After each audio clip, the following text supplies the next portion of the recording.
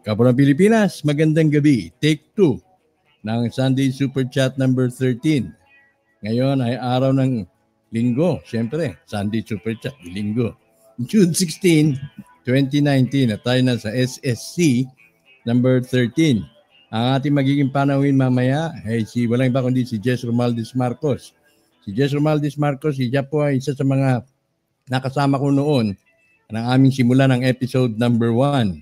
Siyempre nandyan si Ed Neri, si Rose Calleja, at si Jess Romaldez Marcos at ang inyong lingkod nang simulan namin itong exploration na ito at nauwi na nga sa, nahantong na nga tayo sa WOTN number 75 at tayo papausad na sa WOTN 76 at marami na po tayong natutunan. Kabilang siyempre, yung origin ng ginto.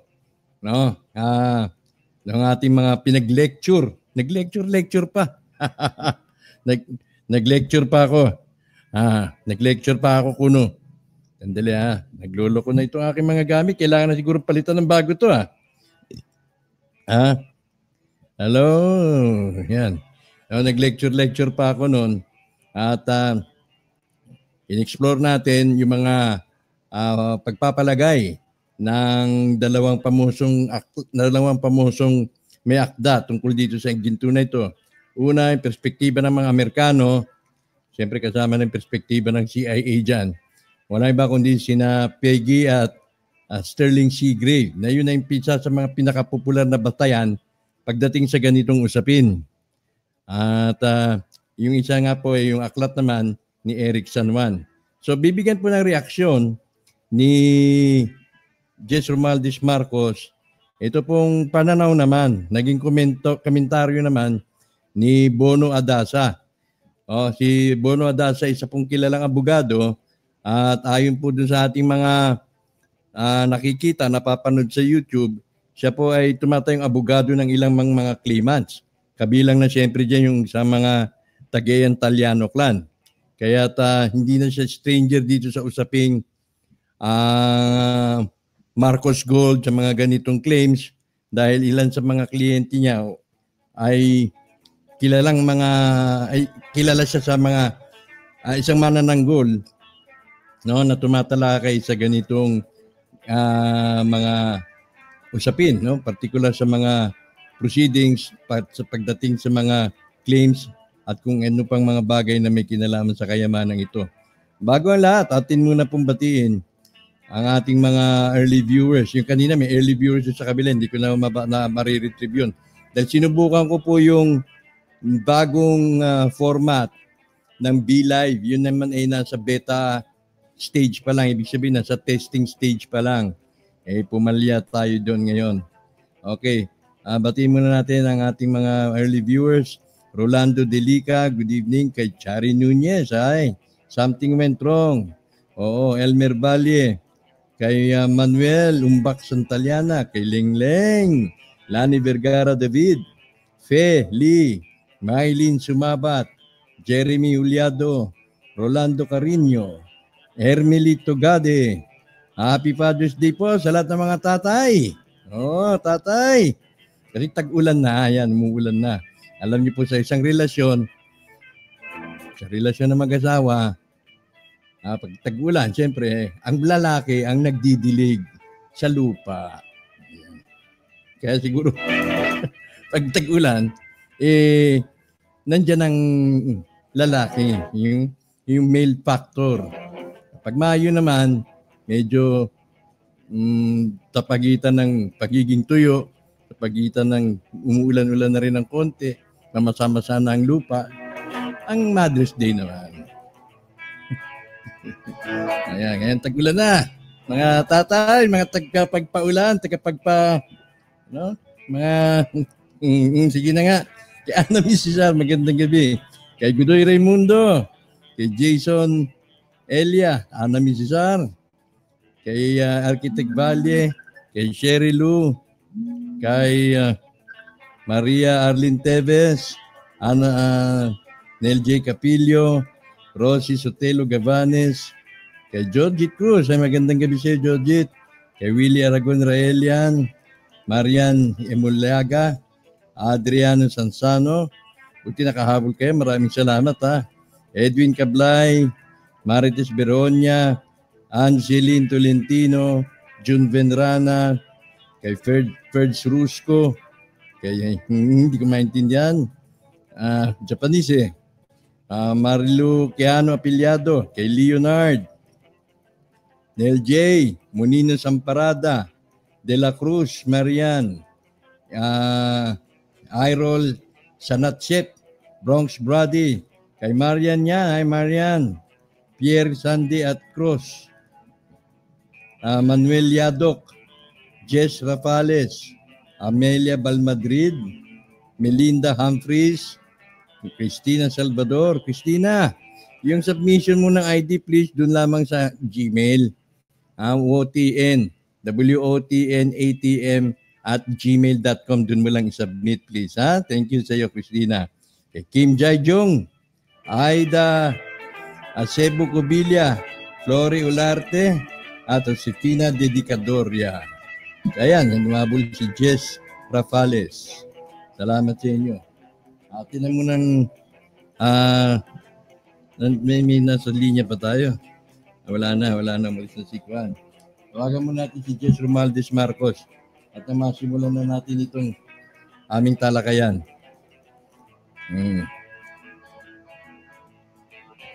Ayan, riring na. Okay. Christina Salvador. Hello? Hello, magandang gabi sa'yo, Jess. Good evening po. Opo. Oo. Eto, nagsimula tayo. Pasensya na't medyo na-delay. Gawa ng nagka-problema ako dun sa una nating transmission. Pero pinagpauna ko na ang ating magiging paksa sa gabing ito. Ito may kinalaman doon sa komentaryo, no? Ni Homobono Adasa. Marcos Gold and Yamashita Treasure. Ito yung makikita dun sa kanyang Facebook page na ito yung most very recent, nung June 4 lamang ito nakapost, no? Ikaw ang nagturo nga sa akin nito, Jess, eh. Ano ba ang ikaw ang nagturo nito sa akin at ano ang nakapagpukaw sa iyo ng atensyon dito sa kanyang sinulat? Marami po kasing lumalabas na mga version na baka ito pong Yamashita Treasure ay isang haka-haka lamang, no? Pero siguro po isa sa mga pinaka-credible na tao si former governor at saka attorney Homobono Adasa, no? Sinabi nga po niya sa kanyang blog na nung una hindi talaga siya naniniwala eh. It was Enrico Sobel who initially asked him to buy the book of Seagrave.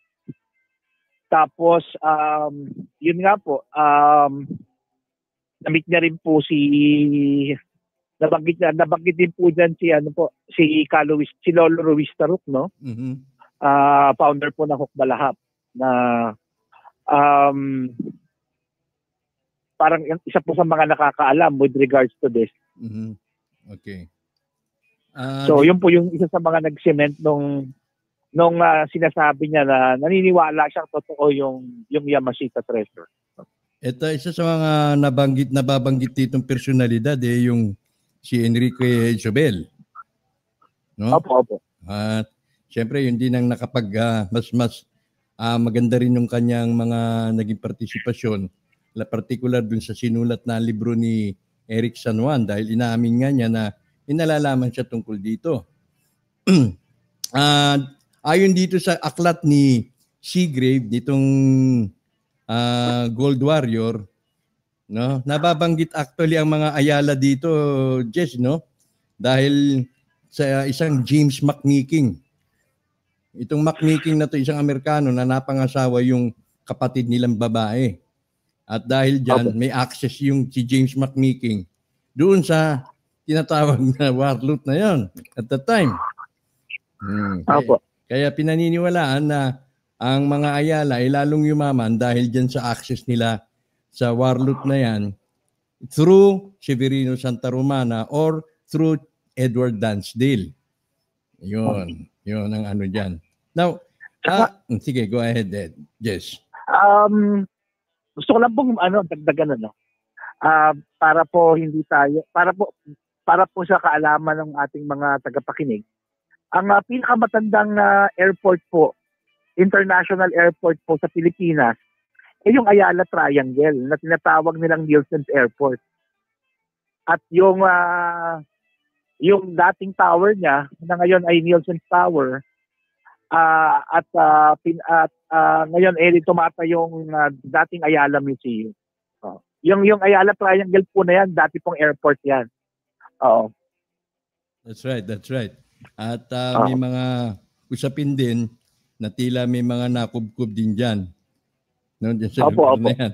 Kaya siguro dyan din yung ilan sa mga pinakikita nila o dinidisplay nila yung tinatawag na sino-showcase nila dyan sa Ayala Museum.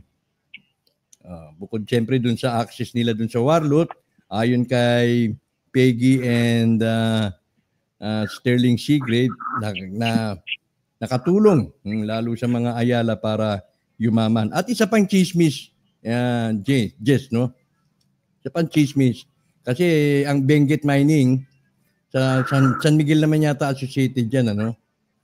Although na San Miguel associated o associated din sa Ayala.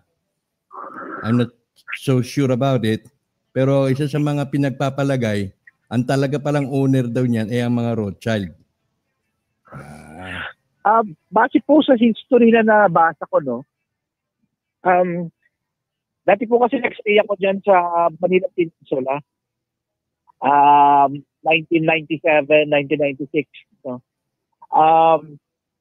On a regular basis, I go to the Ayala Museum, which is yung dating tower ng Nielsen Airport. No? Mm-hmm.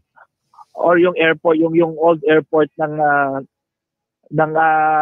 Ayala.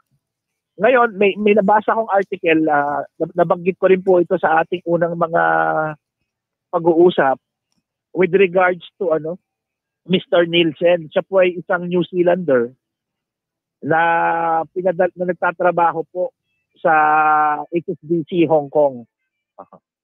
Ngayon, ang in charge po siya with regards to the gold trading and gold holding ng HSBC.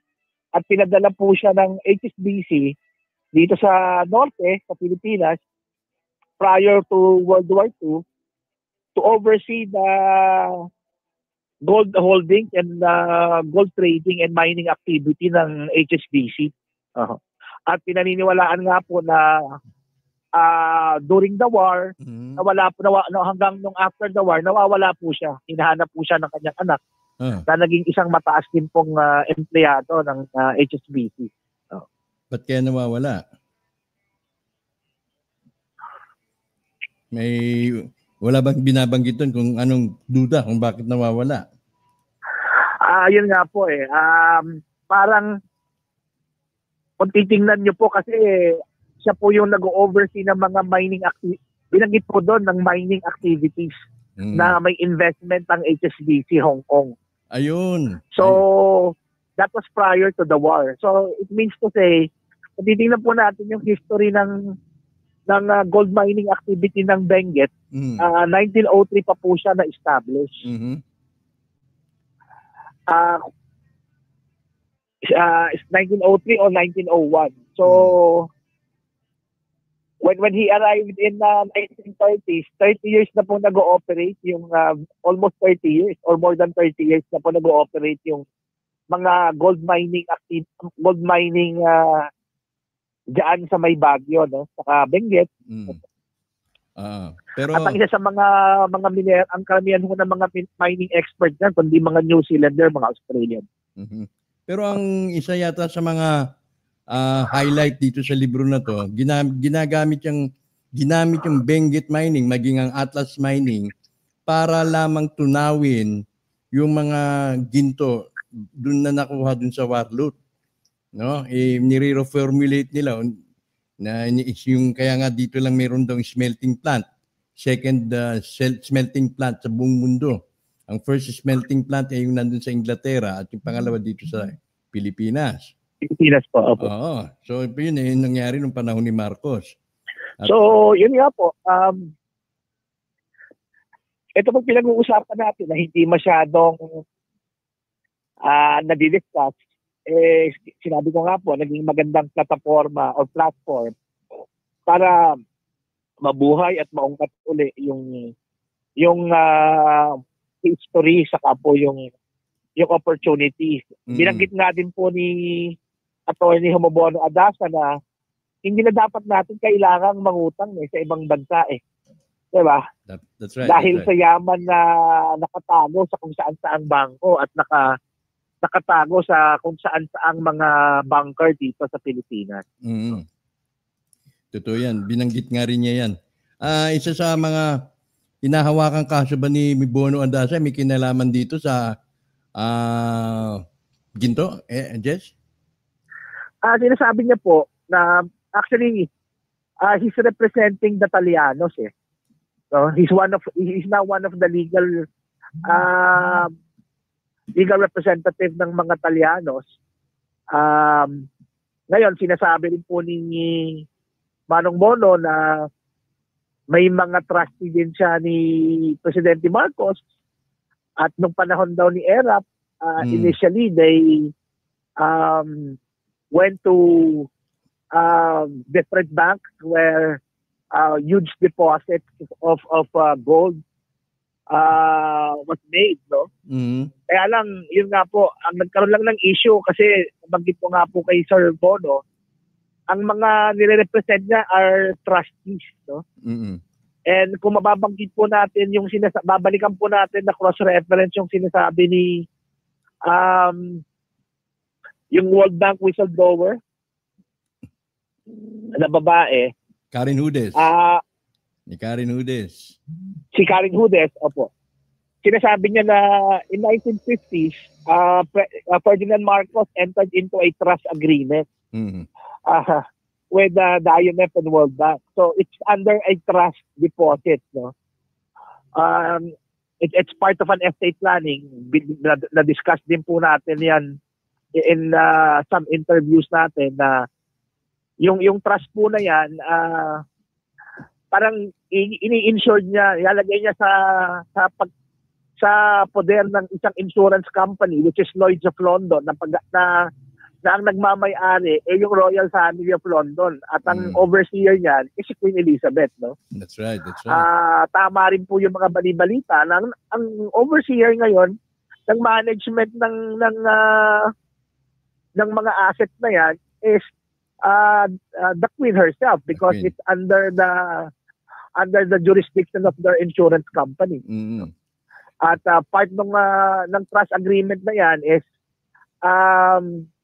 i-manage yung asset na yan para ma-invest sa iba't ibang mga investment projects at para kumita yung pera. Ngayon, the income of the money would go directly to the beneficiary that was assigned or nominated by the trustor. No? Ang lumalabas, ang trustor is si Ferdinand Marcos. Okay, yan. Hindi namin ang limit. Hindi, walang problema yan. Read dial. Napapansin ko na, mahilig ako sa blue ngayon. Blue nung nakarang gabi, ngayon blue ulit. Mr. Blue ba ako ngayon? Mr. Blue? Hello, Jess? Opo. Okay, sige, tuloy mo. Meron po rin akong binabas po kasi na dokumento na inilabas si TBM, no? Si Puyatos daw po yun. With regards to a trust deposit agreement. Ang lumalabas po doon, 4 po yung trustor. Si Ferdinand Marcos, si Santa Romana. So, ibig sabihin, 4 po yung may-ari ng account. Ngayon, ang trustee po na lumalabas si TBM. Okay. No? Pero, yun nga po, lumalabas po kasi yun, living trust Ibig sabihin, buhay si President, buhay yung mga trustor. So, pag living trust po siya, not unless patay na yung trustor, doon lang hindi pwedeng palitan yung beneficiary sa mga trustee. No?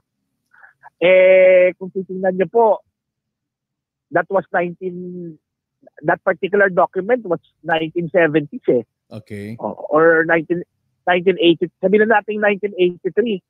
1989 mo namatay si Presidente Marcos. No? From there, hanggang ngayon nga po, pinag-uusapan natin, walang nakakapagpalabas ng updated na trust agreement. Exactly. Which I doubt kasi hindi ilalabas talaga ng Lloyd's of London yan. No? Dahil confidential po yan for security reasons. So, ibig mong sabihin, Jess, sila yung nakakaalam. So, ibig mong sabihin na setting yung an example dun sa kay pinapakitang dokumento ni TVN. So, yun po yung nilalakad nila Attorney Adasa. Sinasabi nila na it is in the power of the President of the Philippines to eventually help the people that it represents to pursue the claim. No? Kaya lang po, yun nga po ang legal remedies ng isang particular trust deposit para ma-amend. Yung palabasin na ninakaw po yung pera na ginamit diyan. Which ironically provides a red flag para magsara yung account. Kasi you have to understand, ang mga bangko po, bago po sila tumanggap ng pera, lalo po malaking halaga, mag-i-issue po ng certificate kayo na or pag yung insurance company na yung i-deposit yung pera ay galing sa it is clean of any criminal origin. So from the time na in-acknowledge po yung trust deposit na yan, ina-acknowledge din po ng bangko sa kanang ng insurance company which is Lloyd's of London na yung perang ipinasok ni ilagak ni Presidente Marcos dyan o ni Attorney Ferdinand Marcos galing sa malinis na paraan. Now, after the EDSA Revolution, kung sino-sino na po yung nagtangkang ma-access yung pera na yan without the permission of the trustor, ang nakita po nilang legal remedy dyan is palabasin na ill-gotten wealth po yan. Kaya nga po kung titingnan natin, wala pong nag-prosper na wala pong nag-prosper na claim ang Philippine government para ma-access po yung trust deposit ni Presidente Marcos na siya lamang ang pwede at yung kanyang beneficiary. Yung mga trustee niya, ayun yung nag-set ka ng example kanina kay TVM, halimbawa, in-issue yun nung time na buhay pa si Presidente Marcos. Nung namatay siya, ibig sabihin ano na yun? Invalido na yung trustee po, ano na yun? Yung ang tawag niyan? Certificate na yan? You have to understand, yung nga po ang technicality doon may lumabas pa po doon sa isang LOI or letter of instruction ni Presidente Marcos. Lumalabas po, sinasabi niya or yung pinalitan po nila ng pangalan, yung last will and testament. Tama. Lumalabas po doon yung mga trustees, sila Danding Coangco, Juan Ponce Enrile, no? Sila Judge Pihaw. These are his trustees, no? Pero base doon sa letter of instruction niya, tinatanggalan niya sila ng karapatan. Correct. Okay? Correct. So nilalak ni Presidente Marcos sa sarili niya yung karapatan na yon, no? Saka doon sa kanyang beneficiary na lumalabas si Anthony Santiago Santiago Martin, no? Pero ngayon lumalabas, it's just a coded kumbaga dami name lang ho yan, or parang yung Mr. John Saunders na ginagamit na sa pangalan ni Presidente Marcos, no? Okay, so lumilinaw Jess, na yung dating mga binabanggit mo nga dito na insured ng Lloyd's of London, ang participation ng Inglaterra, lumilinaw na ngayon yung linkage unti-unti na nating nabubuksan yan. At yung mga claims nga halimbawa na mga dating mga trustee na nabanggit mo, halimbawa may mga pinanggit na pangalan doon, Danding Cuangco, Imelda Marcos, pati nga yung mga anak niya, di ba? Tapos Opo. TBM, kung sino-sino pang mga alias na yun, William Morales, etc. Wala na. Burado na, di ba?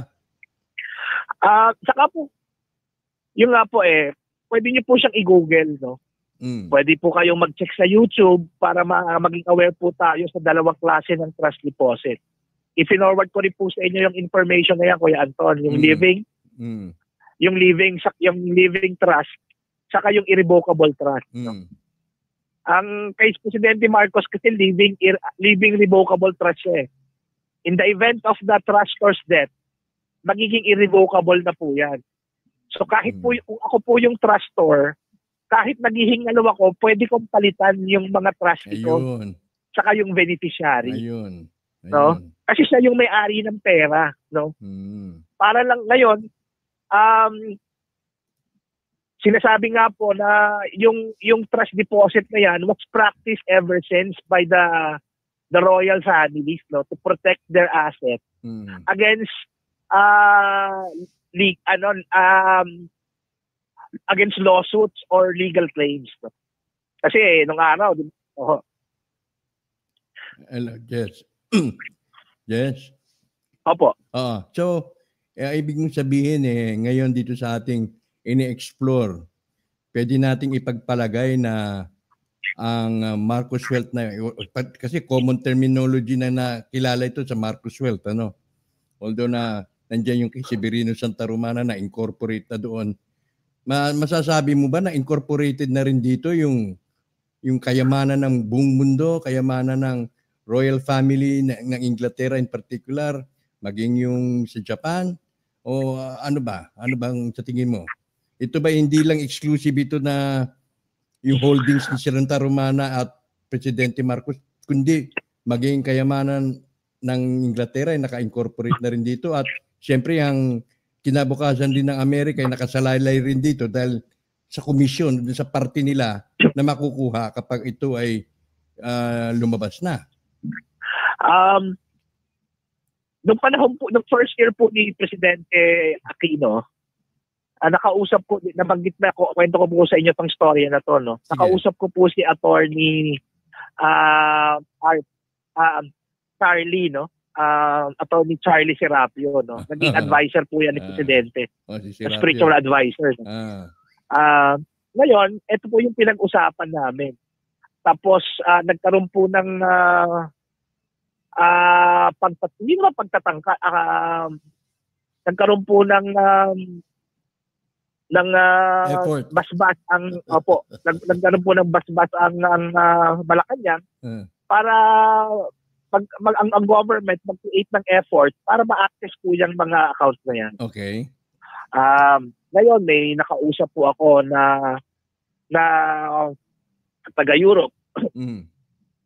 Ang sinasabi nga nila may mga deposit pa silang na-trace. Kahit man po si Imelda nung in-interview po siya sa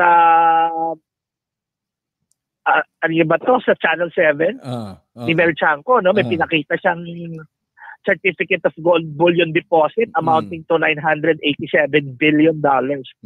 Okay. Lumalabas po ngayon, base doon sa mga salaysay na nakukuha natin, malaking posibilidad na totoo po itong mga deposito na to. Ngayon, ang nabanggit ko nga po, ang stand po kasi ng government when they went to all this particular bank, bawiin yung deposito. Ngayon kung ikaw po yung bangko, kaya nga po yan ikinaalat ni Presidente Marcos at ni Santa Romana, is to create the financial system and funding for those banks to stimulate business activities globally. No? Correct. At saka yung international trade. Ngayon kung kukunin mo yung pinaka-pundasyon ng puhunan, magbabagsak po yung bangko. No? Same thing. Tama. All over the world. No? Tama.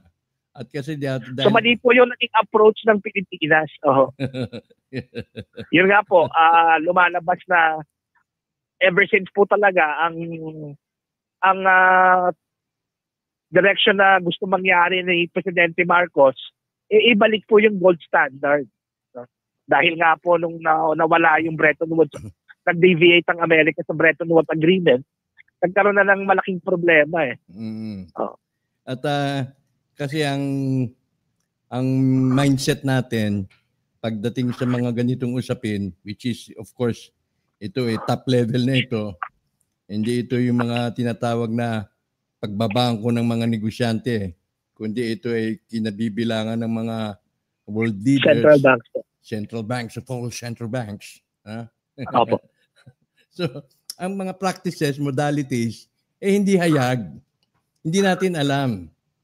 No? Pero pag ang approach naman natin, pagdating dun sa claim, it is as if na sa isang relationship lang ng isang ordinary depositor na pumupunta sa ordinaryong bangko.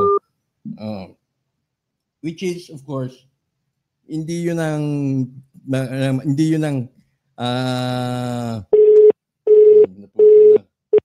busy na, baka tumatawag siya.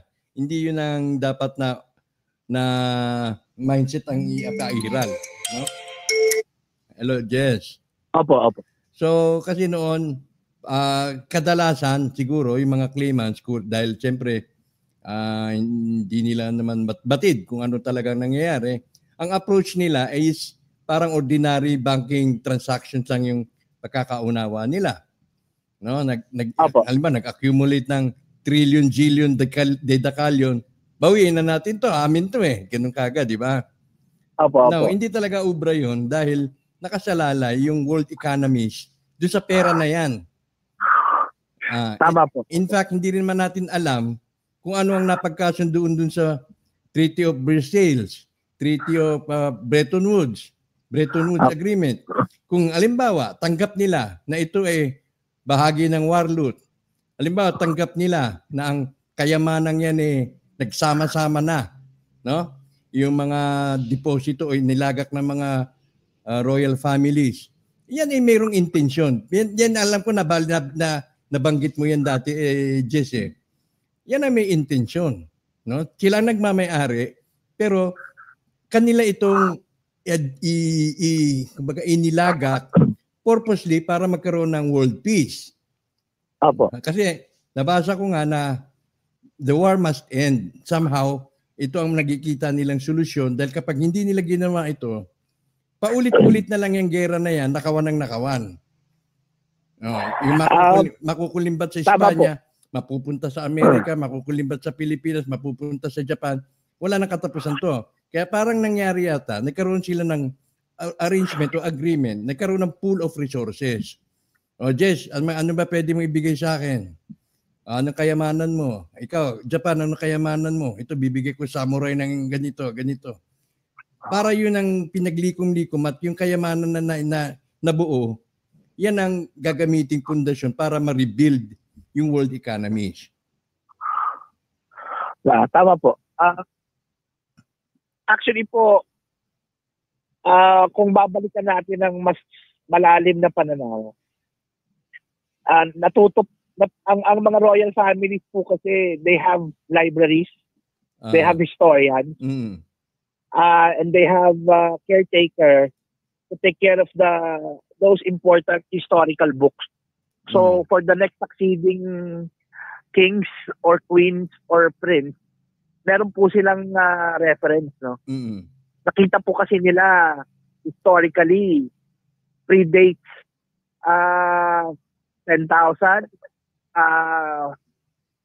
100 million years or 100,000 years na yung sa Thailand po, no, marami pong unknown civilization ang nag-prosper at nawala, no? At ang naiwan na lang po yung mga treasures na meron sila. Okay. Ngayon, naisip ng mga royal family na nagmana, kagaya ng lumalabas din po nung advent ng communism sa Russia, no? Yung buong family ng royal family ng Russia, which is the Romanovs, no? Na-massacre po 'yan. That's right. So it creates an alarm to all those royal families na ipon lahat ng kanilang resources in the advent na parang security protection ng magkakamag-anak. No? In the event na may mangyari doon sa kabila, may babalikan pa rin yung maiiwan. No? At so up to this point nga po yung claim ng Russian government sa Romanovs deposit sa Switzerland, hindi na po mabawi yan kasi under ng Romanov name yan, hindi naman under ng Russian government. Ayun. At sa makatuwid yung mga pinagsama-samang yaman isa sa mga matunog, Jess, yung kayamanan ng Shah of Iran. Opo. Sa Reza Pahlavi. Isa yan sa pinakamatunog na nakasama rin dyan. At yung mga nilagak ng Russia ay yung mga diamonds. Balde-balde o barelis ng diamonds. Yan ang mga So, kaya nga sinasabi, pero bakit sabi ni Sander, bakit pati mga espada, corona, printing machines kasama sa inimbentaryo? Dahil isa yan sa mga nakalagak, Sandel. In sign of good faith. Halimbawa, in Japan, naglagak ng samurai ng emperador. Sinama nila dyan. Ang Inglaterra, pinaniniwalaan, nilagak yung crown jewels. Kaya malaki ang nakasalalay dito. Kasi wala na sila. Bankrupt sila nung mga panahon na yun. Wala silang ginto. Opo, tama po. Di, sige ito. Para magkaroon kami ng ginto, ito talagang galing ito sa kanununuan namin. Itong espada nito galing kay King Arthur ito. Ilalagak namin dyan. Pairami mo kami ng ginto. Yun ang parang pinakabali prenda. Kaya kung meron parang ginawa po ni Presidente Marcos or ng Philippine government nung time na yon, after the creation of the IMF and World Bank. And sabi nga ni Karen Hudes, the creation of the trust agreement between President Marcos and the World Bank with regards to his gold holding that he represents, parang prenda po no? Prenda. Kasi hindi naman nila pwedeng gamitin yung kanilang ibang mga treasures, no? Kasi nga gold standard, no? Hindi naman diamond standard. Tama ka dyan. Hindi naman palladium standard. You nailed it. So kaya nga po lumalabas ngayon, may palladium palang, marami palang palladium na napunta rito sa Pilipinas na nakatago. No? Marami. Kasi pinadala nila yung palladium kapalit ng ginto. Dahil nga gold standard, hindi naman palladium standard. Hindi naman palladium standard. Ganoon na rin ho yung mga diamonds na galing ng Russia. Exactly. So yung mga ibang precious metals, saka ibang mga treasure items.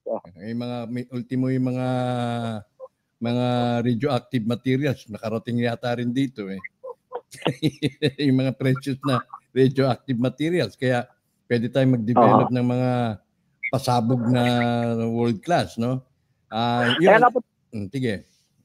Sakto lang kayo kuya, kaya nga po kung titingnan nyo, sabi nila, yun daw ang naging format ng pawn shop. Kung titingnan nyo, sa Pilipinas lang maraming pawn shop. Kasi tayo pala ang pawn shop ng buong mundo. Tama, di ba? Kung ano pwede mong isangla, papalitan ko ng ginto. Ng pera, gano'n. Gano'n ngayon yung concept mo which is very practical and applicable. Tayo naging malaking sanglaan. Anong gusto mong isangla? Papalitan ko ng ginto. Because of the gold standard. Because of the gold standard na pinirmahan nila nung Bretton Woods Agreement na isa ring cloak in secrecy yun. Kaya hindi natin alam kung ano talaga yung napagkasunduan nila. Yun. So lumilinaw. Ngayon, sige. Sige, Jess. Yung ang tingin ko, ang pinakasusi is not until the government of the Philippines parang withdraw its position. Kasi lagi natin sinasabi, ilgatin ni Presidente Marcos yun . So, para lang yung mga trustee na nakipag-connive sa kung sino-sino ng mga government officials at former government officials, makaparte doon sa makukuhang mga deposit na yan. Exactly. Unfortunately, yung nga ho, dahil naka-insured yan sa Lloyd's of London, alam ng Lloyd's of London yan, no? So, automatic, kahit anong effort ng government, i-deny nila yan kasi hindi mo naman pwedeng sabihin ninakaw yan. Bago kasi dineposito yan, di pa naman si Presidente Marcos. No? So, in his capacity as president, he cannot amass. Sabi nga niya, magkano lang ang naging budget ng pamahalaan ng 20 years, no? Saan galing yung pera na yon, no? Pangalawa, it predates his term of office as a senator, as a president, no? And as a Senate president, no? And 1950s po yan na execute yung trust agreement with President Marcos or Attorney Ferdinand Marcos and the World Bank. Hindi pa siya presidente kung sasabihin ng succeeding government na ninakaw kasi ni Presidente Marcos yan bilang presidente. So kaya yung mga tao sa bangko, iiling-iling na lang sila, no? Kasi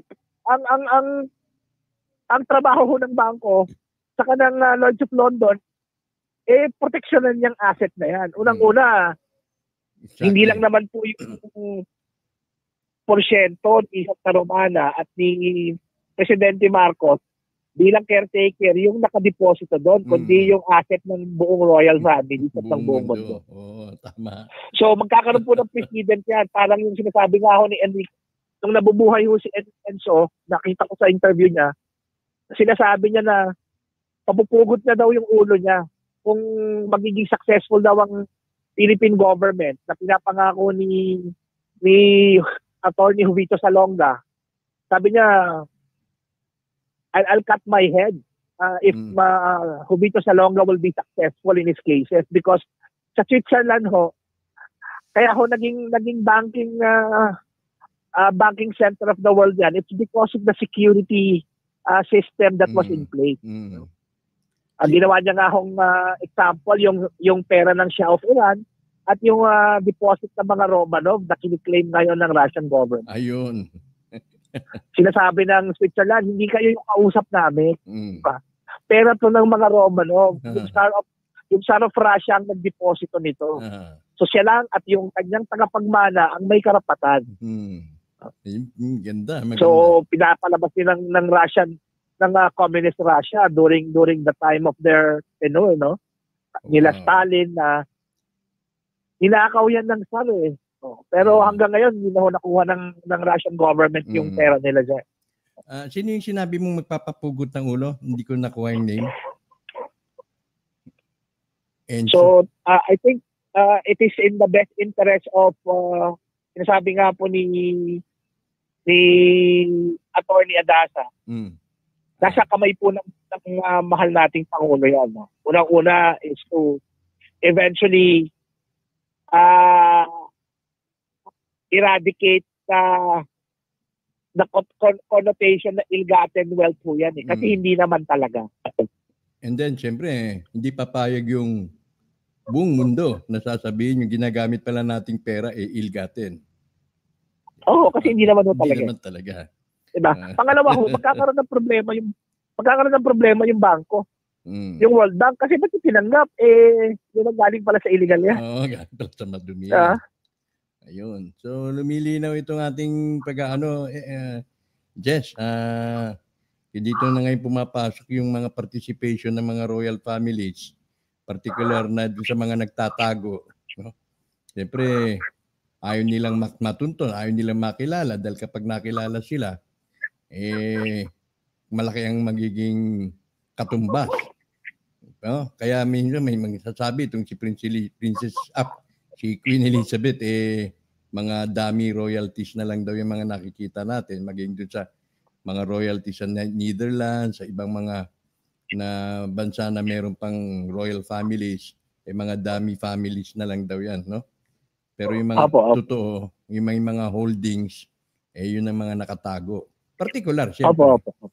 Yung sinasabing dun sa, ito maiba naman tayo, dun sa Merovingian, yung dito sa Da Vinci Code, yung kay Mary Magdalene, yung mga treasures naman ng mga Knights Templar, yan, mga ganyan, ha? Kasama din siguro yan dyan, pero hindi na natin ma-determine yan, ma-trace natin kung sino talaga ang mga holders niyan. Yung Holy Grail, I mean. Sige. Opo. Una nga po, doon po sa mga keepers na lumantad,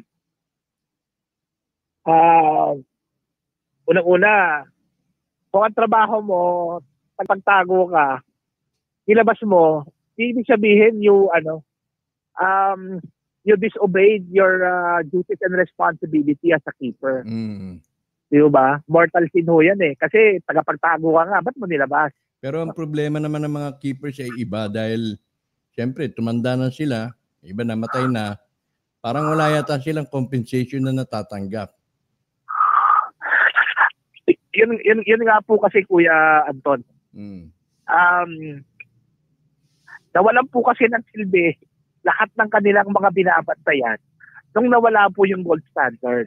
Diba? Nung nawala yung Bretton Woods Agreement na yan ng 1971, nagkaroon ng petrodollar, no? Unti-unti na ang focus ng general financial system is from gold to US dollars.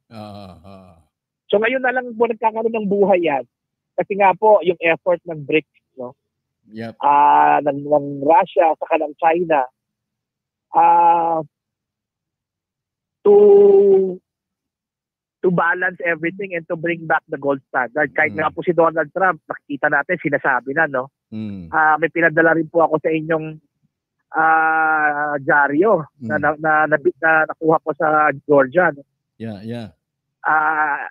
May report na po yung United Nations indicating na kailangan na tayo bumalik sa global standard, which is the gold standard, para ma-arrest po lahat ng mga financial issues ng buong mundo. Kaya lang siguro unless na maayos yung problema sa EU, gaya nga ng UK, Britain gusto nang lumabas, Italy, may tumawag sa akin kanina, sabi gusto na rin talaga lumabas ng Italy rin. Lalo na pag nandyan yung Vatican, di ba? Kasi nga, kapag nandun pa rin sila sa EU tapos bumalik sa gold standard, sususo yung mga ibang bansa na walang ginto doon sa may ginto. Hindi mawawala ng sustansya si Queen Elizabeth. Kasi maraming ibang mga bansang sumususo sa kanya. Maging ang Italian mafia. Kaya matagal pa to. Matagal pa kaya ito, Jess, tingin mo? Actually ho, ano na ho yun eh. Kasado na. Like what I said, tapos na po yan, yung total concept niyan, tapos na po. No? Kaya tayo natatagalan kasi nandito po tayo sa pinakadulo eh, no? Tayo po yung regular day-to-day financial beneficiaries yan eh. Yun nga po part ng evolution ng pagpapalit ng world financial system, at the same time pagbabalik ng gold standard, yung tinatawag nilang fintech or yung financial technology.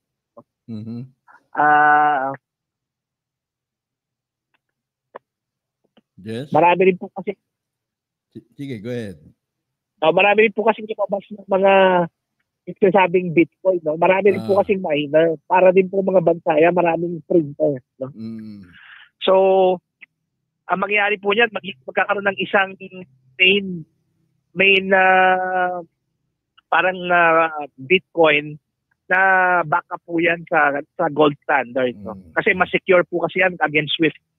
So mapalitan po yung SWIFT code pagdating po sa bank to bank, no, saka yung exchange of finance information. No? Ano po yata nila yung blockchain. No? Kasi sabi nga nila sa dami ng perang yan, hindi na raw kakayanin pang mag-imprenta o baka ma-overwhelm yung printing machine. At siyempre, mas magastos nga naman. Cost of printing kaysa dun sa digital coins or digital money. Para sa general interest ng ating mga listeners, viewers, yung pag-produce ng 25 centavos, 25 centavos tinatapon-tapon na lang. 3 piso pala ginagastos ng central bank yan. Para makapag-produce ng 25 centimos. Mas mura pa mag-produce ng papel kaysa doon mag-produce ng mga coins na yan. Kaya minsan, ni-encourage ng central bank, isoli nyo na yung mga barya-barya. Tayo naman, soli. Pero ang totoo pala nun, mas may malaking kayamanan yung barya kaysa doon sa piso, sa papel. Apo, tama po. Kaya nga po kung mapapansin nyo ngayon, yung mga mobile carriers, may mga tinatawag silang GCash, smart money, payment, mobile wallet. Sa China po, uso na po ngayon ng mobile financial transaction, no? Yeah. Pagbibili ka, may QR code na lang. Tapos tatanungin pero ito po ay nakikita naming applicable lang sa mga mauunlad na bansa at sa mga malalaking syudad. No? Kasi ang coverage din po ng telecommunications hindi pa rin ganong kalaki, no? Saka yung disruption in terms of power outage.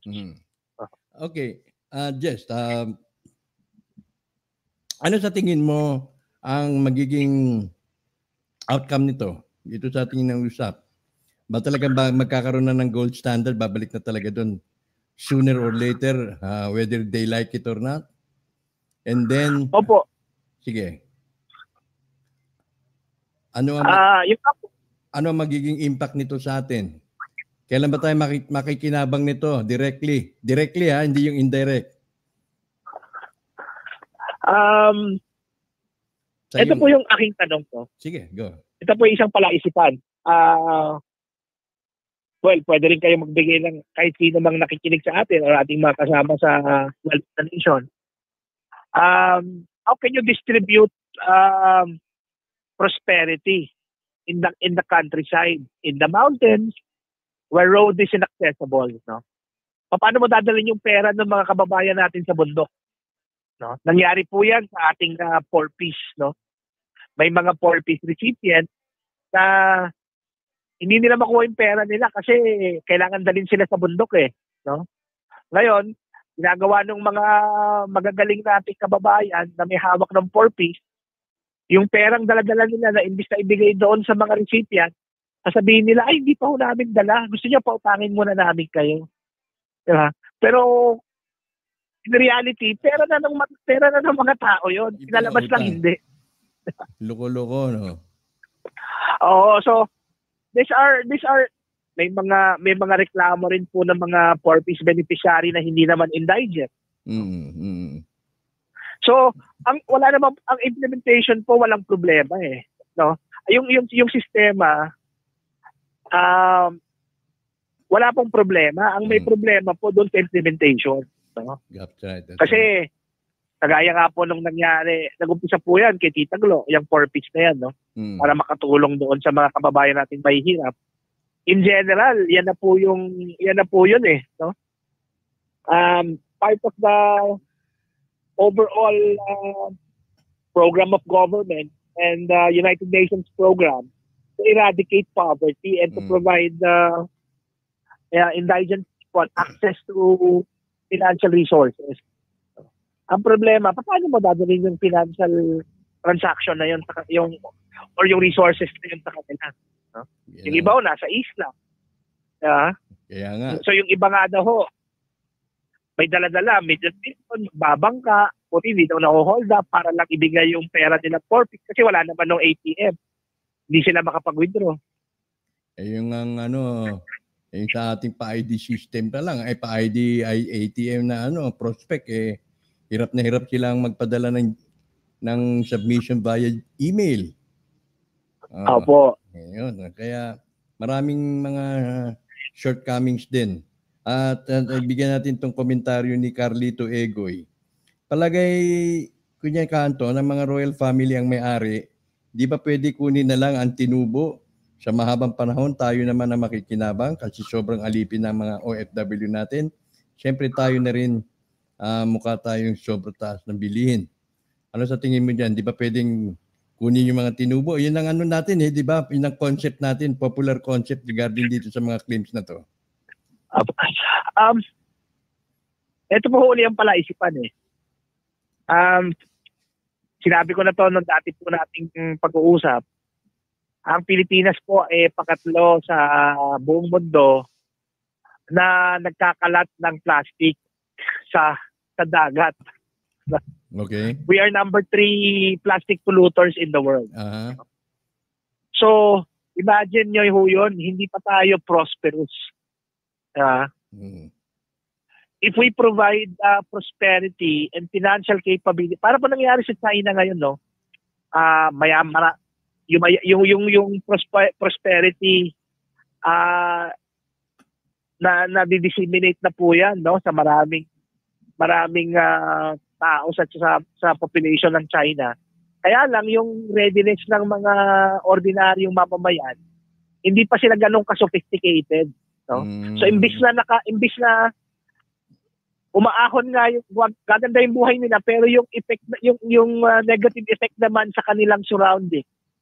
Diba? Magiging malaki naman po kasi lalaki yung demand sa pagkain, yun po Totoo, ha? Maganda yung ni-raise mo, Jess, ha? This brings to mind, lalaki yung demand sa pagkain, liliit naman yung magiging supply dahil wala na magtatanim, wala na mag-aalaga ng baboy, magpakahayupan, dahil tsaka na Ang isip nila, supermarket mentality na lang. Pupunta sa supermarket, lahat ready-made. Pangalawa yung wala magtatanim, which is nangyayari na po sa Japan ngayon. Ang Japanese government is encouraging the young generation to go back to farming. Marami na silang idle land na hindi nagagamit. Kasi wala namang gusto magtanim. Yung mga bata, nasa syudad na. Sa Mindanao ayaw na rin magtanim Kapa na lang daw magtatanim. Mag-antay na lang. Yung mga membro. Sige. So, yung the question is, hindi problema yung prosperity. Ang problema ang titingnan ng mga nasa ng royal family, how do the recipient manage this particular prosperity? Will they be capable enough to be good stewards? Tama. Kasi lang yan, it's either, ang nangyayari ngayon, baliktad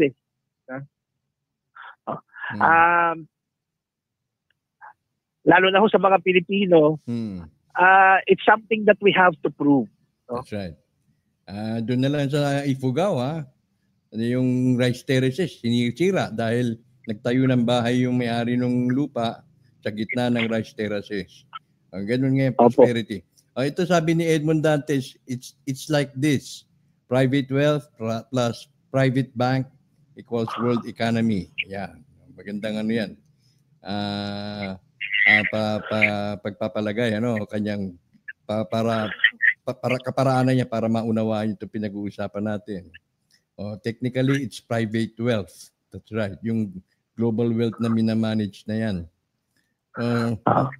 So, ibig sabihin, sabi ni Sandel, nagkaroon ng summit po ang lahat ng mga leaders sa buong mundo. Kailan naman po yun nangyari? May idea ka, Jess? Kung nakita niyo po yung picture, nararandaan niyo po yung pinadala ko sa inyong picture nung buhay po yung King of Thailand.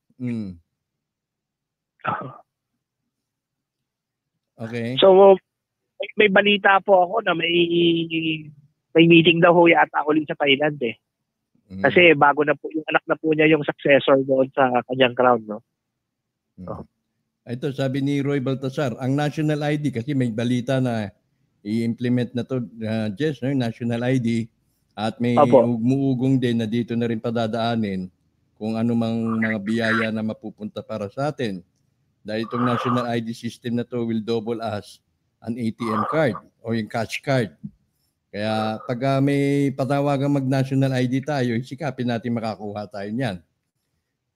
Sabi ng ang national ID, kahit nasa dulo ka ng bansa natin, nasa bundok at isla, kung meron kang national ID, lahat magkakameron. Yun ang implementation. Siguro, pwedeng gamitin yung network ng Comelec, Jess? Wag lang padaanin sa makina, baka pag dumaan sa makina, ibang pangalan. Kaya alam po, baka makokos-tikos din yung natin. Tikos din. Para natin, po yung nangyari sa PhilHealth. Sabi ni Roma Horalbal, Brother Jess, ito yan. Sa amin may mapera na 4-piece. Pero ang daming mahirap na di nakakuha. Tama po. Yung nga po yung isa sa mga nakitang red flag. We have to understand, kailangan po natin paunawaan na ito po ay mga precedent or panimulang mga pagbabago. At mula dito, nakikita nila kung paano i-adjust o i-calibrate yung mga susunod na mga programa. No?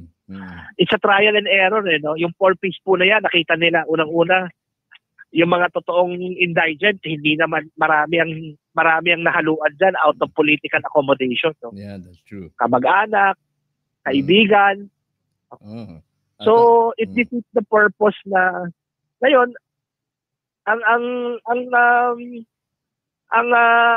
nga po tinanggal na po ang management niyan from the local government.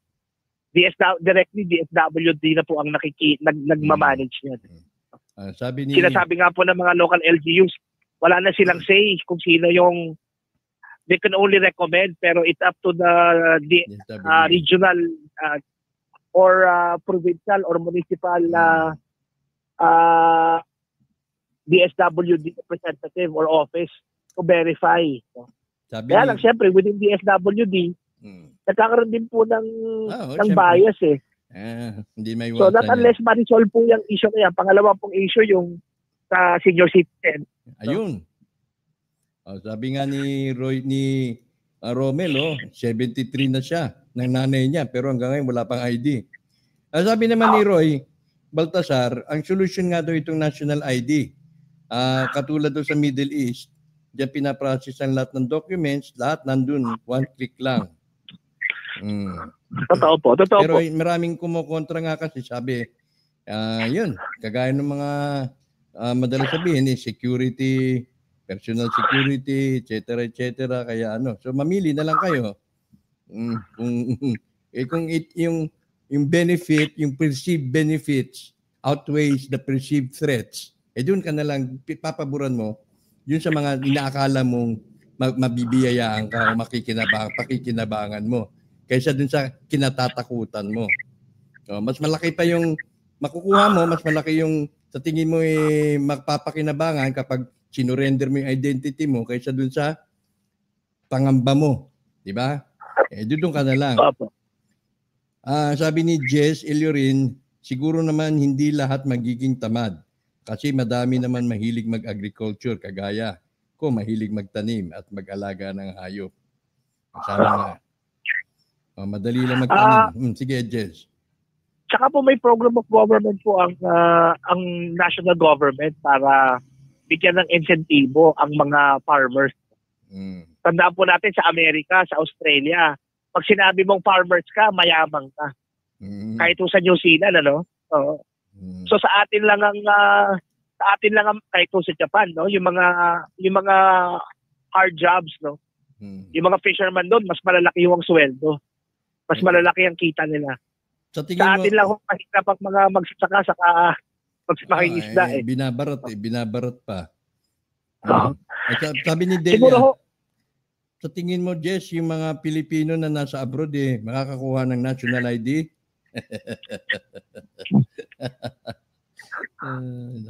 Hindi natin alam yung atid na. Sige, Del. Sige, Jess. Unang-una ho, yung nasa abroad, ang ginagamit naman ho natin pag nasa abroad tayo, passport No?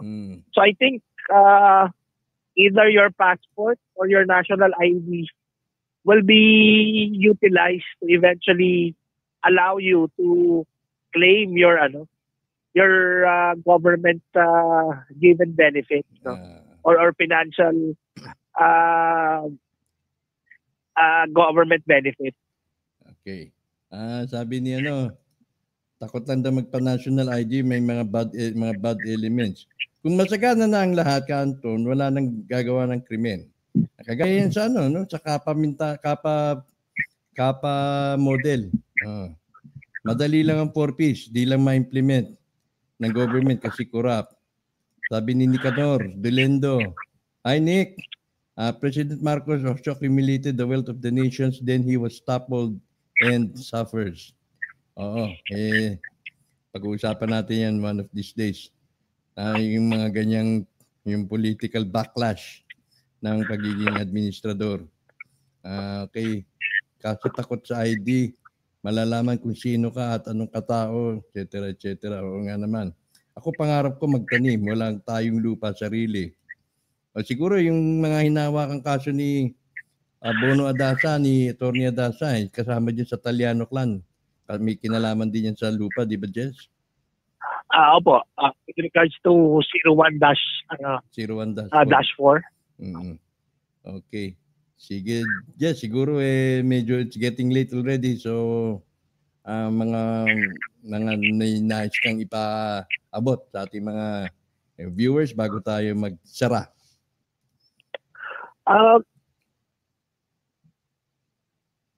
Ito po ang akin lang pong hiling sa ating lahat ng mga kababayan, kung gusto po nating pabilis yung progression ng prosperity. Kaya nga po ang tema ng Duterte government is peace and order sa discipline no? Kasi yun po yung critical component when the country and its people are well disciplined. Implementations of programs, policies, and procedures are easier. Kasi its citizenry is disciplined enough to follow orders and instructions. Disiplinado sila, disiplinado silang hindi magkalat, disiplinado silang pumila. So, disiplinado sila na from there, yung psychological well-being ng mamamayang Pilipino akma na para panghawakan yung ganito kalaking biyaya. Tandaan po natin, para ka tumama sa loto may pera ka, hindi mo alam kung saan mo dadalhin. Mambababae ka, magsusugal ka, magbibityo ka.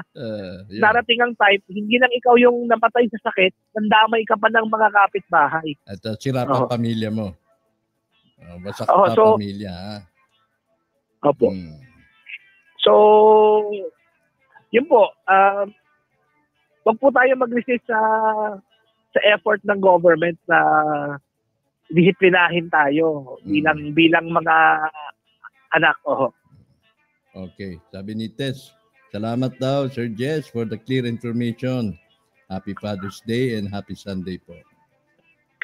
Okay. With that, Jess, maraming salamat at nasamahan mo ako ngayong gabi. Hanggang sa ulit, Maganda yung maraming salamat din po, Kuya Anton. Mabuhay po tayong lahat. Mabuhay tayong salamat po sa lahat ng ating kasama. Okay. Sa gabing ito. Okay. Thank you, Jess. Ayan, ang ating naging panahon. Si Jess Romualdez Marcos, nagbigay ng kanyang pagpapaliwanag.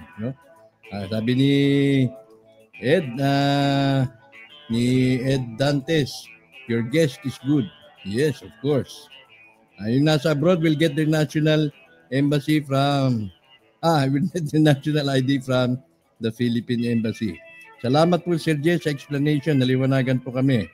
More power, Sir Anton, and to all alien nation. Happy Father's Day po sa lahat. Bueno, sa susunod na mga darating na araw next week, baka ako hindi makapag-broadcast ngayong Tuesday dahil ako may lalakarin. Malalaman na lang po ninyo sa mga araw na darating. At rest assured na magbibigay po ako ng update sa abot ng aking makakaya. Depende sa aking kinalalagyan o sa magiging kalagayan sa mga darating na araw. So, nakita-kita po tayo muli sa susunod na broadcast ng Wealth of the Nation. Ito si Anton Israel, sa ngalan ni Jess Romualdez Marcos, sa ngalan po ng ating mga donors and contributors na hindi ko na po napangalanan ngayon dahil nagloko yung aking platform kanina, yung aking ginagamit kanina, nakalagay na ho doon, nakaset up na lahat, pero hindi ko na Kayong paman, sa susunod na broadcast, pangako. Magandang gabi ho sa kanyong lahat hanggang sa susunod.